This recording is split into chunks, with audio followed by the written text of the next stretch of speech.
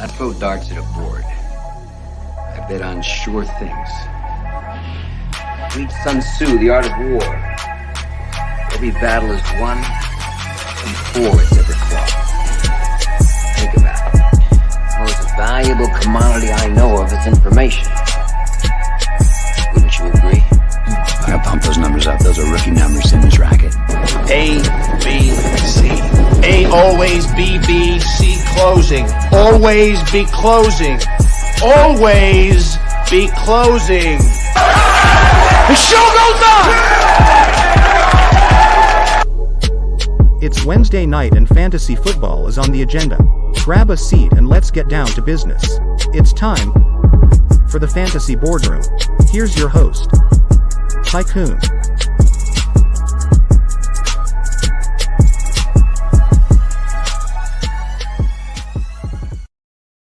And welcome to the Fantasy Boardroom. I am your host, Tycoon. Let's get after it, baby. We are fully into training camp season. We are fully into fantasy draft season. It is time to start thinking strategy. So, last week we discussed just basic overall rankings, which of course, due to injury news, signing news, there's already a little bit of adjustment, require virtually constant tweaking. I will have some updated ranks out probably at the end of the week, but we will discuss some of the basic strategy on how to approach your single QB PPR drafts here tonight. So that is going to be our focus, and the way we're going to do it is we're going to take a look at if you have an early round draft position, early draft position, mid draft position, or late draft position. And welcome indeed. Anthony knows the deal. Welcome, Rasta. Glad to have you in the boardroom as always. And we've got a little announcement in relation to Mr. Anthony, a.k.a. Rasta, that we will discuss in just a little bit. So, again, when we're talking about early, I'm talking about picks 1 through 4, mid-range, picks 5 through 8, and late draft position being 9 through 12. So, we will begin with those of you who are fortunate enough to receive an early pick. You are picking in the top 4. And if you did watch the show last week, you know my top 4 are all wide receivers. So I can only tell you to take a wide receiver with your top 4 pick. Now, obviously, Chase and Jefferson will be 2 players that you expect to go top 4 in the majority of PPR drafts. Jefferson certainly, Chase probably in most of them. I would also say make sure you take Tyreek Hill and then take your bones for pick number 4, whoever you like. Whatever, if you still have faith in Kupp, I would have him very highly up there. Right now, I'm going to say Diggs. I mean, he's going late, around the turn. So, I mean, it does feel like a reach, but I can say that in full PPR, I would rather have him than any running back in the entire league. So, early pick, first pick, take a receiver. Round 2, you're going to take another receiver. That's right, because you're going to be in pick range 20 to 24, so you're most likely going to have guys like Waddle, Olave available, maybe Devontae Smith. I would advocate making sure you take one of them, just stack the hell out of this position early, and then right on the turn, when you're picking in that 25 to 29 range, there will be another couple of running backs possibly at your disposal, and I should have noted earlier, this is based on sleeper current ADP. That's what we're working off of, sleeper ADP for full PPR leagues. And obviously, I feel like this shouldn't have to be said, but we know that every league is its own micro ecosystem. So in that sense, know your league mates, understand draft tendencies. If this is a home league that you've been playing in for a while, just get a sense of that, see if you can. And that's, advice that translates well to trades as well. So make sure that when you're making deals post-draft, that you're also considering tendencies and thought processes of your league mates. So yeah, these guys may not necessarily be available in these spots at every draft or in every draft that you're going to be a part of. So that's really what I'm mentioning, or why I'm mentioning this is to qualify that. So hit RB though on the turn if you're early. Pollard might be there. Ramondre should be there. Those are guys that I would consider right there. I would also consider Travis Etienne there before he disappears there in the late 3rd, early 4th, and does not make it back to you. And then I would just hit wide receiver again there in round 4. So when you're in round 4 with an early pick, you are going to be in that 44 to 48 range, which means you're going to have guys like Amari Cooper, DeAndre Hopkins available. If you're lucky, Keenan Allen maybe falls there. Probably not, but maybe. But a guy would happily take there. So grab one of those guys. And then when it flips back around in round 5 and you're looking at pick 49 through 52, this will really just depend on what's there. I mean, this is where some of the biggest range is going to be. But I would, if DJ Moore's there, that's a guy I really like. Right around that turn, early 5th. If he's not, you can definitely take a running back. I'm not super against Miles Sanders or Jerry Jeudy in that range, going back to a wide receiver.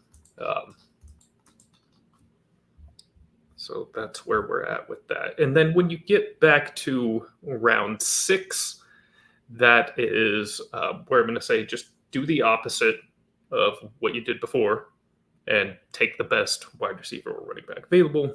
And then now we get to round 7. That will be, oh man, I am thrown all off. So give me a break. I got mixed up here. So round 4, yeah, you can be at the end of round 5, you be at the beginning of so 7. Yeah, when you get to round 7, so that means you're going to be at about pick 61 through 65. That's where I'm going to advocate that you take, and again, a wide receiver, running back, best one on the board. Could be Chris Godwin, could be Brandon Ayuk, could be James Conner, potentially, could be DeAndre Swift. Really, this is where I'm looking to target in particular Swift or Godwin if you can. Maybe Ayuk as a fallback if necessary. All right. And then as you're getting back into the back end of round 8, which means you're going to be, pick 80 to 84 or so, this is where I am going to aggressively say you target a quarterback. In my case, the best quarterback who's likely to be available right there is Deshaun Watson, and that's the guy I am going to say take him before he possibly disappears around the turn. He's also been rising lately, so just grab him when you can, because I think he's going to be a top 7 quarterback, and he is going much later than that. Season says Tycoon. Hell yeah, Season. Big friend of the show. Glad you're here. Thank you for joining, brother. Hopefully you're able to take something out of this as well. And then round 9 on the turn, when it flips back right out of there, and you're looking at pick 85 through 89 or so, this is where I'd try to actually grab Watson's running mate in David Njoku. Now, I'm not a big stack person, as anybody who's ever paid attention to me would know. I could really care less as far as stacking goes, but this is one that I think will be nice, because I do think there's a good chance he is the number 2 target behind Cooper most of the year. Yes, even above Elijah Moore. Now, as you're getting to the end of round 10, you're going to be at pick 116, 117 through 120. And now we're starting to get, a little bit of slim pickings. But this is an area, again, in full PPR, I would just go ahead and hit another receiver if you can. I would still take the risk on Jameson Williams at this point, hold him, especially because at this point he's going to be your wide receiver 5. Payoff could be very big. It's risk, yes, but you have to take swings. I hate just saying upside, but I mean, it really is applicable here. If you don't want to take that chance, you want a little more security, I would take Adam Thielen. I do expect the youngster Bryce Young to lean on his veteran wide receiver 1 there quite a bit.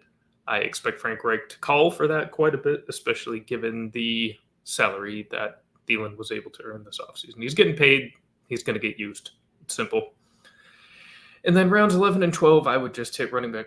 So round 11, when you are there, you're going to be looking at pick 121 through 125 or so. I really like Jerick McKinnon in that range.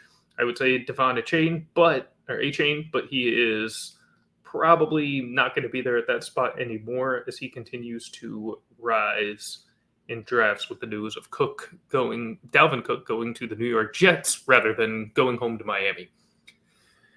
And then round 12, you'll be near pick 144, so there will still be a couple of guys there, but the one that I would hope for the most would be Devin Singletary. I'm lower on Dameon Pierce than most. I'm concerned about his durability and lack of receiving skill. Not that Singletary is a big receiver either, but he's proven to be a capable NFL player for the last 4 years in Buffalo. I don't think that he's being brought in just for some 20% role into Houston. I expect him to get more significant time than his ADP suggests.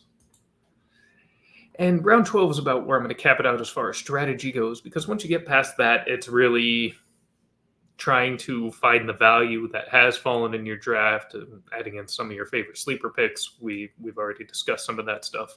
So that's an area where it's not particularly strategy driven. It's really value seeking. So I can't really say try to build your team in this fashion once you get to that stage, because it's really finding who has the best chance to break out. My take on James Cook is I'm keeping them my expectations very tempered. That's where I'm at. As far as James Cook goes, currently I've got him ranked as my RB 28, so I can't say I'm especially high on him in PPR. It's not a position in Buffalo that I really care too much about. I still expect Allen to be the goal line back and all of that. So scoring opportunities, I think, will be slim. I mean, he'll have his role. I mean, he'll be a much better real life player than fantasy player, I think. And Harris, Damian Harris, again, not somebody I'd be targeting either, but similar to Singletary, who's coming in to play a notable role. Latavius Murray is there as well. Cook is not the biggest guy. I just don't see real high volume season long, nor a significant scoring role, so I can't really get behind James Cook too much. He is a great, RB3. Make sure you have him on your team if you can, as far for RB3 purposes, depth purposes, but I would not be happy to be starting him on a weekly basis at all. All right, so middle rounds. This is going to assume that you are pick 5 through 8. So with that particular draft position, you really have kind of the world at your fingertips as the draft starts. When you get to there, you could have Travis Kelce even, so as tight end. I would, as much as I love Kelce, as far as just basic team building, it's hard for me to work around tight end early, so I'm not going to necessarily advocate for that in standard PPR. But I would say, wide receiver or running back. So if Tyreek happens to slip there for you at 5 or 6, boom, snag it, be happy, or anywhere really in that range. His ADP is 7, so you might even be able to get him there. So good. If you have Tyreek or Diggs available in that range, automatic. I'm also okay with Christian McCaffrey as the first running back off the board, or Austin Eckler in that range. So you can build either way, because I'm going to suggest that as you get into round 2 and you're at pick 17 through 20, that you just do the opposite of whatever you did in round 1. So if you went wide receiver, go running back. If you went running back, go wide receiver. So let's say you took Eckler or CMC. Well, good news is in that range, you will still have a shot at Garrett Wilson in all likelihood. Devontae Adams, I would be thrilled with the start of one of those running backs with either of those wide receivers. And on the flip side, if you go, say, Hill, Diggs, Kupp, what have you, Josh Jacobs is going to be there in that range. Tony Pollard, I would snap up before he gets to the end of the second round. I think his ADP will rise with the news of Ezekiel Elliott not returning to Dallas, although the fear is now that perhaps, do we see Leonard Fournette or Kareem Hunt come in? I mean, Kareem Hunt probably a little less likely because we know Pollard has at least good enough receiving skill. I would even say plus. His volume hasn't quite been there, but that's for a variety of reasons. But skill-wise, we know he's got it, so not a big need for Mr. Hunt. But I made a joke about Lenny the other day, but I'm actually kind of nervous. What if they do it? All right. So, and then as you get back into round 3, I would then again say hit wide receiver again. This being a PPR league, and most likely 3 wide receivers or 2 receivers, 2 flex. And you always want to fill your flex with wide receivers in PPR leagues. But as you get there, you'll be pick 28 through 29 through 32. That's what you're looking at. So Devontae Smith very well could be there. DK Metcalf, although I'm not particularly thrilled with him in that spot. But T. Higgins or Devontae Smith very well should be there in that spot. And if so, boom, easy, no problem. And if either of those guys isn't there, it probably means Travis Etienne fell to you, and I would probably say do that. Round 4, though, is where I want to get back onto the RB train, which puts us in that 39 through 42. I'm sorry, 41 through 44. Yeah, pick range. So Joe Mixon will be there, although he's in court right now, so who knows. Aaron Jones is going to be in that range. And I would really look to target Jones if I could in that spot. Or if you didn't get one of those receivers in round 3 and ended up taking ETN, then you could pivot back to receiver here. And I would say take Keenan Allen if you're lucky enough for him to still be there. Or if not, go with Amari Cooper. Round 5. So we've gone through... Forgive me, I'm having technical issues here. So in round 5, you will be at pick 53 through 56. And that will leave you with a wide receiver that, again, you want to just stock up wide receiver as much as you can.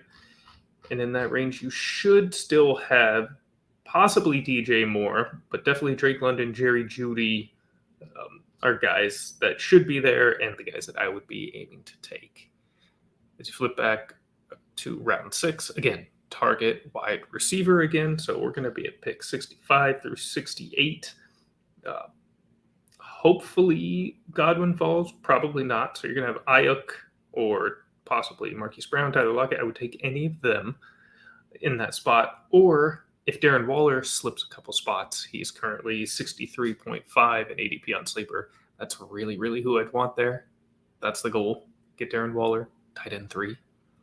You heard it here. You may not have heard it here first, but you heard it here. Then you get into round 7. This one I'm going to say hit running back again. So kind of an alternating strategy in the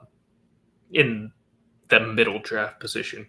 And this is also where you're going to be most susceptible to runs and things like that happen. I know on the end, when you're waiting 20 picks in between, it seems like that. But really, it's so hard. You don't have to reach necessarily like you do sometimes on the turns, but you find yourself thinking, okay, it's basically just got to get most of a round back to me here. And you play a little more mind games, I think. It can be really tricky. So 77 through 80 is the range that we're going to have here in round 7. Or I'm sorry, in round 8. No, I'm sorry. In round 7. Jeez, man, I am all over the place right now. And yeah, this is where I'm going to say hit running back again. I'm not really high on Javonte Williams, who's going to be here in that range, but there is going to be one David Montgomery who is available in that range, and that's exactly who I want. Aim for David Montgomery there in the middle of the 7th round, if that's where you're picking. Round 8, Deshaun Watson. That's the target. Go for Watson. Round 9, hit running back again. So you're going to be at pick 113 through 116 when you're picking in round 9. So in that case, I'm just trying to make sure that nothing has changed too much since I prepared, and I'm not advising you on ADP that no longer exists. Devon Achane is my target in that spot. If not, then Khalil Herbert, who's going right above him typically, but in this point in the draft, things fluctuate a bit, so I'd really be looking for Herbert or Achane at that particular spot. Maybe even Jerick McKinnon but a little early. I wouldn't really reach for him. I would definitely, look for Herbert or A-Chain. Round 10. So in round 10... Oh, no, wait. I think I jumped a little ahead. I did jump a little ahead. I jumped like a whole round ahead. That is not where I'm... So in round 9... Forgive me, you are not going to be picking from that spot. In round 9, it's going to be from pick about 100 to 103. So still running back, though, is still what I'm targeting. And it's still going to be one of those guys in all likelihood. Yeah, I mean, maybe Jamal Williams, but take the best running back on the board there. And then in round 10, same thing. And if none of those running backs are there in round 10, I'd go back to Jameson Williams. I'd look to target him there, if at all possible. Round 11. So we'll be at pick 125 through 128. This is, again, I'm looking to snag a TE here. If you weren't able to get Waller there in round 6, there should still be a few guys there. Take your pick. Tyler Higbee is not a bad one. That should still be available. This is the stage where I might even just take a shot on Dalton Kincaid for the potential upside. Rookie tight ends never really work out, but they're also rarely featured in prominent offenses like this. So at around 11 cost, I guess, screw it, especially in a single QB league. And then round 12, you'll be at pick 137 through 140, which leaves you with a couple of other just take your shot at a wide receiver. Running back, again, you're looking at the best available still at that point. So that could be Tyler Algier at running back if you still need one there, or possibly Jacoby Myers there at wide receiver. Those would be the two guys, the one at each position that I'd be targeting in round 12 for a mid-draft position. Now, we'll get to the late rounds. So in the late round, or not late rounds, my apologies, in late draft position. So if you are drafting pick 9, 10, 11, or 12, this is for you. So let me reset the ADP here. And if you're near that turn, I'm really just saying bang wide receiver there. Diggs regularly falls to that spot, although ADP of 9, but happens a lot. I mean, some combo of Diggs, Lamb, A.J. Brown, Devontae Adams, Amon-Ra St. Brown, and Garrett Wilson. I would just, your two favorites out of that group. I mean, I would pray for Diggs and A.J. Brown to be down there. That would be incredible, and that's exactly what I would hit. But in the likelihood that Diggs is gone, we'll just say even Lamb is gone, I would hit A.J. Brown and Devontae Adams all day. All day. Not even thinking about it. And if you don't believe in Devontae Adams with Jimmy G, number one, shame on you. It's Devontae Adams. He put up like 160 yards and 2 touchdowns with Jarrett Stidham. So don't worry about Devontae because of Jimmy. And if Jimmy can't stay healthy, frankly, I mean, I know it was against our twos, but Aiden O'Connell cooked my Niners this past Sunday. Cooked us. He did not look like a rookie. Guy looked very composed, very strong. So if Jarrett Stidham can go in and support Devontae Adams, I am not really too worried about if Aiden O'Connell has to do the same thing, and certainly Devontae will be fine with Jimmy. So Devontae Adams is still a top wide receiver in this league, extremely elite. Now you're going to be back again at the turn, round 3 and 4, and this is where I'm trying to hit running back and quarterback, depending on the way things have fallen. But when you're pushing the end of that, Lamar Jackson, Joe Burrows, I'd have to pump down a little bit. I don't really have him there. But Lamar Jackson, if Jalen Hurts, Mahomes, or Allen, if none of them make it there, I'm hitting Lamar in this spot, along with hopefully ETN. No, he's not going to make it. Probably. But if he does, I'd hit ETN and then try and hit Lamar Jackson on the way back. Could be more or less difficult depending on whether you're at 9 or 12. If also Gibbs is a running back, I'd be looking for in that spot. But definitely Lamar should make it down there, and that's what I would do. And if for whatever reason Lamar's not there, I probably would hit running back and wide receiver. I'd probably snag Keenan Allen there. If you're not able to snag Lamar, that's really the only QB that I'm looking to take there. And then I would go ahead and hit wide receiver again when you get to the end of round 5. That is really... No, I wouldn't. Things have shifted a little.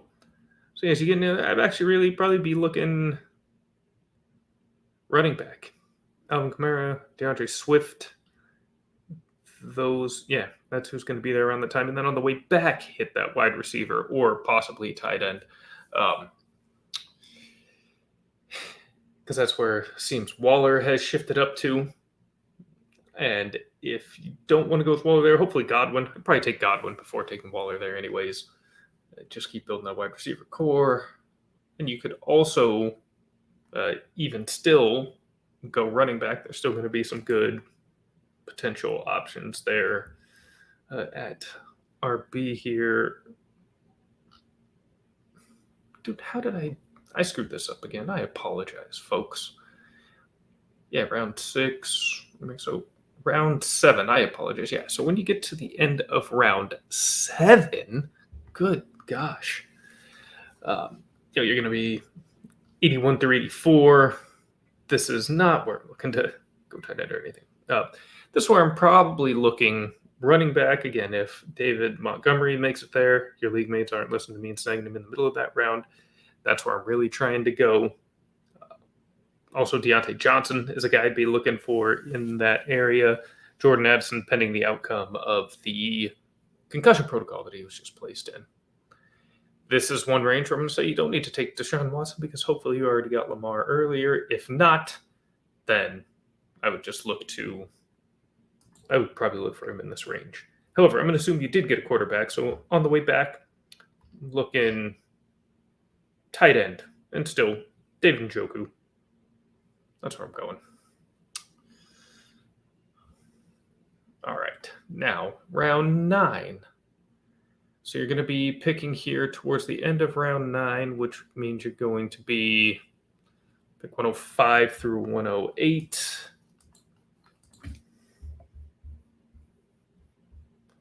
So in that case,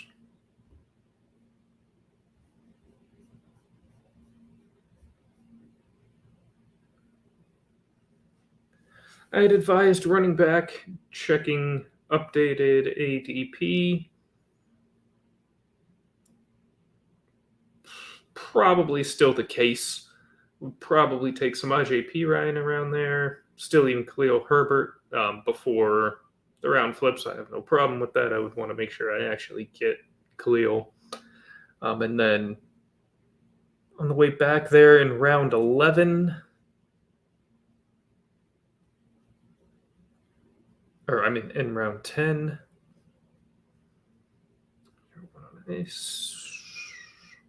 probably same thing. Probably still another running back. Probably A-Chain. I'd be trying to walk away with both of them if I'm in that range. And if not, again, still, there's P. Ryan again. So Herbert, then P. Ryan, then A-Chain. Those are the 3 targets there as you exit round 10. Round 11, you will be picking towards the end of. Excuse me. So you will be picking 129 through 132 in that spot, which means I want you to hit a wide receiver, in particular Rashad Bateman. If not him, then Jacoby Myers. Those are the 2 targets there.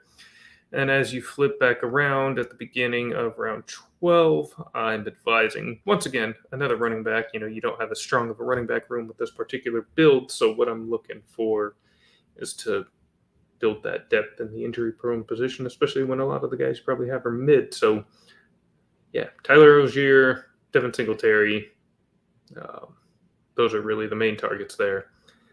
Possibly Deontay Foreman, but hopefully you already have Herbert, so forget that. Really look for Singletary or Algier. Those are the guys. Oh, we've got a question here from FF Season. Would I prioritize Andrews over an RB like Gibbs or Etienne if you have 0 RBs up to that point? No. I don't hate it necessarily. And really in my rankings, I think I actually do have Andrews higher, but it all comes down to build in the end. And I always find I don't really love my teams where I take Andrews early. It just, there is some later value that I like, particularly when Waller was going late 6th, early 7th. He's been rising. I think now he's in the very early 6th, so it's probably only going to continue to rise, so maybe I'll like it more. But yeah, with Waller being down there and Njoku being pretty cheap, I don't want to. I don't hate it, but I would, as of today, if I don't have a running back in the middle of round 3 where Gibbs and Etienne tend to be going, I'm taking them over Andrews. If Andrews is even still on the board there, yeah. So I would not prioritize Andrews. If you're in a tight end premium league, different story, but also he's not going to be going in the same range as them anyways. And that's the basic strategy that I have for you for early draft position, mid draft position, or late draft position. If you do anybody else that happens to be here now, please go ahead and enter questions if you have them. Otherwise, I will close this by saying that we have more stuff coming up for you. And next week, in particular, we're going to come back to Rasta here. And we would like to welcome Rasta from the Get Right Fantasy Network over to the boardroom. We're going to have a little sit down, little board meeting of the minds, and we are going to dive deeper into just a couple positions at a time, get a little bit more of a micro look at the positions, as opposed to, and discuss some players in a little bit more detail, as opposed to what we've been doing the first 2 weeks in the return of the show, where we just went over rankings, a little bit of explanation, and then now we're talking just kind of high-level strategy, what positions to target depending on where you are based on what ADP is showing you right now. But yeah, we'll dig in. We are going to tell you what running backs and what wide receivers to target, to fade, that are sleepers. We're going to tell you why. Why? I guess it's just that whole show your work mentality that our elementary school teachers always tried to drive into us, when we're doing division, things like that. I mean, I know they always want you to show your work the rest of the way, as you go through your education. But I hate it. Just take the answer. No, let's go. Can't wait, bro. I cannot wait either, Anthony. I'm very excited. So, yeah, we are going to take you through the most exciting positions. And then the following week, TBD, if we have a guest yet, that is pending. But we'll dive into the slightly less interesting positions of quarterback and tight end. Ooh. Now, but they are important to know. But yeah, we're going to start our focus with the fun, and that's with wide receivers and running backs, and probably where there's going to be a lot more disagreement, maybe even between me and him. Although, actually, I think this year we're agreeing on more than we have in the past and listening to him talk, which is annoying. I don't really want to agree with him too much. It also makes it harder to trade with him. What can you say? So go build your teams, build around wide receivers, especially if you're drafting early or late. You have a little more flexibility there in the middle, but stack those receivers. Receptions are everything in PPR. Get receiving backs. You're going to focus on those early. If you need to go back and recap, build your monsters, go win those leagues. And that will wrap it up here this evening from the Fantasy Boardroom. This meeting is adjourned, and let's win together.